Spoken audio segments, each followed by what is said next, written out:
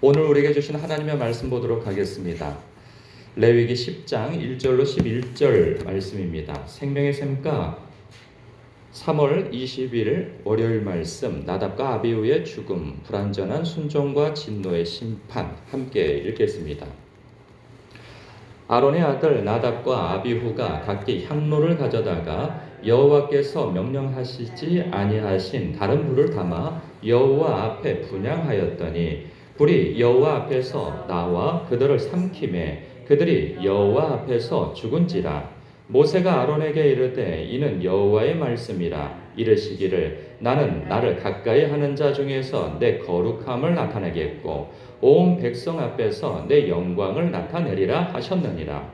아론이 잠잠하니 모세가 아론의 삼촌 우시엘의 아들 미사엘과 엘사반을 불러 그들에게 이르되 나와 너희 형제들을 성소 앞에서 진영 밖으로 메고 나가라 하며 그들이 나와 모세가 말한 대로 그들을 옷 입은 채 진영 밖으로 메어내니 모세가 아론과 그의 아들 엘르아살과 이다말에게 이르되 너희는 머리를 풀거나 옷을 찢지 말라. 그리하여 너희가 죽음을 면하고 여호와의 진노가 온 회중에게 마침을 면하게 하라. 오직 너희 형제 이스라엘 온 족속은 여호와께서 치신 불로 말미암아 슬퍼할 것이니라. 여호와의 관유가 너희에게 있은즉 너희는 회막문에 나가지 말라. 그리하면 죽음을 면하리라. 그들이 모세의 말대로 하니라. 여호와께서 아론에게 말씀하여 이르시되 너와 내 자손들이 회막에 들어갈 때에는 포도주나 독주를 마시지 말라. 그리하여 너희 죽음을 면하라. 이는 너희 대대로 지킬 영영한 규례라. 그리하여야 너희가 거룩하고 속된 것을 분별하며 부정하고 정한 것을 분별하고 또 나 여호와가 모세를 통하여 모든 규례를 이스라엘 자손에게 가르치리라. 아멘.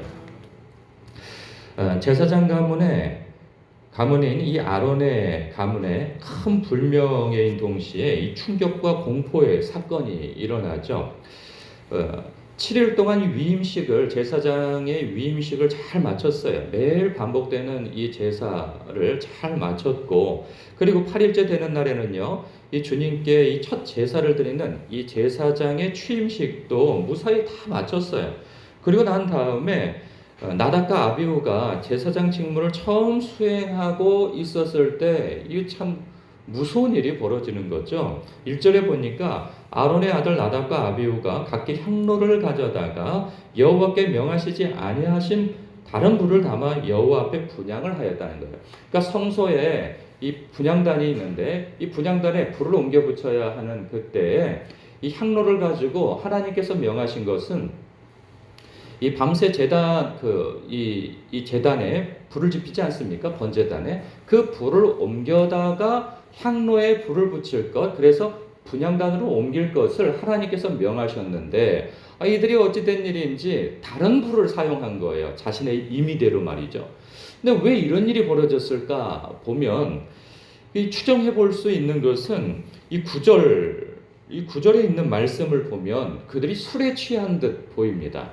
그러니까 그들이 임의대로 그것을 가볍게 여겨가지고 분별력 없이 자신의 임의대로 명령을 벗어난 임의대로의 불을 붙인 건 아니에요. 그러니까 이들이 왜 이런 일을 벌였느냐? 왜냐하면 생각해 보세요. 7일 동안의 위임식도 잘 성실하게 했단 말이죠. 그리고 취임식의 제사도 잘 행했어요. 근데 왜 대간절 이렇게 엉뚱한 짓을 하느냐 말이죠. 그들이 하나님 앞에 제사를 바로 드려야 한다는 것을 몰라서 그런 것은 아닌 것으로 보여요. 그동안의 행적을 보면. 그런데 이러한 부주의한 일이 무엇 때문에 일어났는가? 술 때문에 일어났다는 거예요. 그래서 9절에 보니까 이런 경고를 하세요. 너와 내 자손들이 회막에 들어갈 때에는 포도주나 독주를 마시지 말라. 그리하여 너희 죽음을 면하라. 이는 너희 대대로 지킬 영영한 규례라. 그리하여야 너희가 거룩하고 속된 것을 분별하며 부정하고 정한 것을 분별할 것이다 라고 말씀하시는 거죠. 그러니까 이 소재에 번제와 소제가 있는데 이 소제 가운데에서는 이 전제도 들어가 있어요. 그러니까 포도주를 그 제물에 부어서 드리는 것이고 그 남은 것은 또 제사장이 일부 먹을 수도 있단 말이죠. 그런데 이것이 남겨진 것의 맛을 보고 그 맛이 좋았던가 봅니다. 그러니까 홀짝홀짝 마시다가 좀 과하게 마시게 되어진 거죠. 술에 취해버린 거예요. 그러니 분별력을 상실하고 가서 하나님 앞에 명함받은 그 제사를 드렸어야 되는데 불을 붙였어야 되는데 그냥 이 영 바깥으로 나갔는지 아니면은 성소 바깥으로 나가서 불을 붙여 갖고 왔든지 아니 자신의 어떤 방법대로 다른 불을 붙여 갖고 온 것이죠. 그것을 이유로 하나님께서 말씀하신 대로 그들을 쳐서 죽게 하신 것이죠. 여러분 어떻게 생각되십니까? 아니 아무리 그렇다 하더라도 사람을 죽게 하시느냐 이런 생각 들지 않나요? 네. 그런 생각이 들까 봐서 하나님께서 그들에게 엄하게 다루시는 거죠. 우리가 하나님의 그 어떤 성품과 마음을 알아야 하는데 하나님께서 성경의 이 역사적으로 보면은 어떤 큰 일이 시작되어졌을 때 보면 하나님께서 아주 엄하게 다루시는 것을 봐요. 이 제사제도 처음 시작할 때도 마찬가지예요. 이렇게 잘못된 어떤 분별력 없이 행한 것 때문에 하나님께서 그들을 크게 호되게 다루시는 것을 봄과 동시에 또 어디서 그러냐 하면 이제 여호수아서에 보면은 그 가나안 땅에 처음 침범에 들어가서 전투를 벌이잖아요. 그런데 하나님께서 첫 전투에서 이 여리고성 전투는 모든 것을 하나님 앞에 바치라고 그럽니다. 그런데 그 중에 어떤 그 두령 하나가 그 몰래 물건을 취하죠. 근데 그 물건 취한 것이 뭐 대단한 게 아니에요. 그들이 취할 만해요. 그 정도는 뭐 크게 많이 취한 것도 아니에요. 뭐 외투 하나 하고 뭐 금덩어리 은덩어리 조금 하고 뭐 몇 가지를 훔쳤단 말이죠. 그러니까 훔친 것보다도 전리품으로 이렇게 가져간 거예요. 그런데 하나님께서 그걸 명하셨어요. 아무것도 취하지 말고 다 불태우라고 했던 것이죠. 다 죽이고 다 불태워라. 근데 그걸 취한 것이 발각되어져서 그 아각이죠. 아각 맞나요? 아간이죠. 아간이. 아간이라고 하는 자가 그래서 죽임을 당하게 되어집니다. 그뿐만이 아니죠. 그 사울 왕도 첫 왕이 되어졌어요. 그래서 하나님 나라를 통치해 나갈 그런 왕인데 그가 하나님께서 명하신 첫 전투에서 다 멸하라 했는데 또 남겨두게 되어진단 말이죠. 그래서 하나님 앞에 버림받게 되어지는 일이 벌어집니다. 그리고 또 출애굽 여정의 안식일을 처음 제정하고 행하는 데 있어서 그 안식일을 분명히 명령받았는데 그 나무하러 갔다가 붙잡혀온 사람이 있어요. 기억나십니까? 그 사람이 또 돌에 맞아 돌로 쳐 죽이라 해서 죽게 되어져요. 그리고 또 신약 성경에 보면은 이 성령 세례를 받고 성령 충만한 가운데 교회가 막 부흥되어져 갈 때에 아나니아와 삽비라라고 하는 사람이 자신의 재산을 다 팔아서 하나님 앞에 드린다고 하면서 절반은 자신이 취했어요. 이거 뭐 크게 나쁜 일 같지 않잖아요. 우리가 생각할 때. 근데 성령을 속인다 해서 하나님께서 그들을 쳐서 죽게 되어지게 되는 거죠. 근데 이런 일이 매번 일어나는 건 아니에요. 대신에 이런 건 있죠. 하나님께서 얼마나 거룩하심을 원하시는가를 알게 하시는 그 첫 번째 어찌 보면 시범 케이스로 그렇게 아주 호되게 혼나는 경우가 나오는 것이죠. 이것도 마치 그거와 같아요. 이 이후에 제사장들이 뭐 매번 제사 지낼 때마다 죽었다는 얘기는 없어요. 그런데 하나님께서 이 제사 제도를 얼마나 엄격하고 엄하고 거룩하게 드릴 것을 원하시는지 그 마음은 우리가 알 수 있단 말이죠. 그래서 하나님께서 3절에 이런 말씀을 하신단 말이에요. 모세가 아론에게 이르되 이는 여호와의 말씀이라 하면서 여호와의 말씀을 그렇게 그대로 대언을 합니다.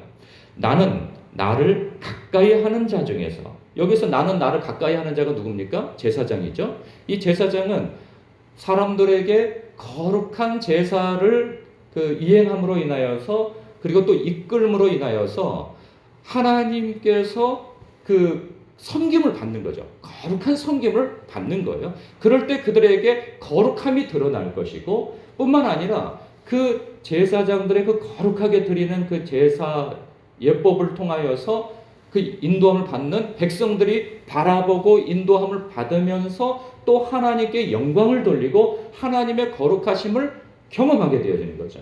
그러면서 하나님께서는 그 거룩하심의 그 영광을 백성들에게 드러낸단 말이에요. 나는 그래서 그러니까 하나님의 말씀이 이런 거예요. 나는 나를 가까이 하는 자 중에서 내 제사장이 나를 섬기고 받드는 것을 통하여서 거룩함을 나타낼 것이고 온 백성 앞에서 내 영광을 나타내리라. 그러나 너희들이 나의 영광을 그리고 거룩함을 훼손시켰다. 이 말씀을 하고 있는 거죠. 그러니까 이 가벼운 일이 아닌 거예요. 목사인 이 말씀을 보면서 먼저는 목사인 제가 성도들에게 성도님들은 늘 담임 목사를 바라보게 되어 있어요. 그래서 제가 만약에 이 전날에 좀 피곤하다고 해가지고 잠이 안 온다고 해서 술을 마시고 잠을 다 들었단 말이에요. 근데 아무도 모르겠지 하고 있는데 아유 또 새벽에 일어나니까 술이 안 깬 거예요. 그런 상태에서 차를 몰고 이렇게 오는데 여러분들은 아실 거 아니겠어요. 막 술 냄새가 나고 그리고 제가 자꾸 했던 말을 반복하고 횡설수설을 하고 이러면 이거 어떻게 되겠어요? 여러분 정말 충격에 빠지게 되겠죠. 아니 이거 하고 아마 여러분 이 교회 다니는 만에 아마 그런 생각을 갖게 되어질 거예요. 그러니까 저의 문제가 저만의 문제로 끝나버리는 것이 아닌 것이 되어버리는 거죠. 그러다가 만약에 돌아가는 길에 갑자기 뭐죠? 술 검사하는 거 있잖아요, 경찰이. 음주 측정, 뭐 이런 단어가 갑자기 생각이 안 나나 모르겠어요. 음주 측정을 하는데 또 걸렸어. 그러면 뭐가 되겠어요? 우리 교회 옆에 예수봉교회 이름이 딱 붙어 있는데, 그러니까 이런 일이 벌어지면 교회도 엄청난 환란이 일어나고 바깥에서도 우리 교회를 바라보고 예수 믿는 사람들을 바라보면 무슨 일이 벌어지겠어요? 이거 뉴스에 나올 일이 돼버리는 거죠.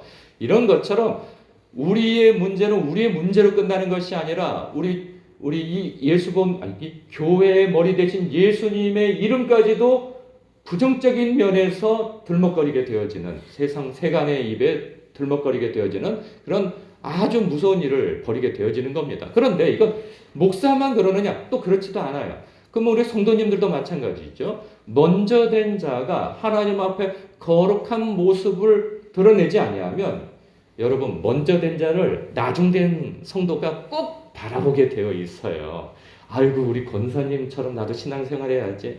우리 누구 집사님처럼 나도 신앙생활 해야지. 그러는데 아니 길거리에 나가서 이렇게 나가는데 어느 날 보니까 우리 권사님이 옆집 그 어떤 누구 이웃하고 머리채를 붙들고 막 소리 지르고 싸우고 있는 모습을 본다고 생각을 해보세요. 우리 또 집사님이 또 막 삿대질하면서 이렇게 길에서 누구와 막 운전하다가 붙어서 싸우는 모습을 봤다고 생각해 보세요. 그러면 성도들이 그걸 바라보면서 자신의 모델이 무너져 내려버리는 거죠. 그러면 먼저 된 성도만 그러는가? 여러분 나중된 성도라 할지라도 모든 불신자들은 바깥에 있는 사람들은 신재를 바라봅니다. 아, 저 사람 예수 믿는 줄 알았더니 뭐 말마다 거짓말이야? 아유 또 술 취해서 저러고 어영부영 돌아다녀?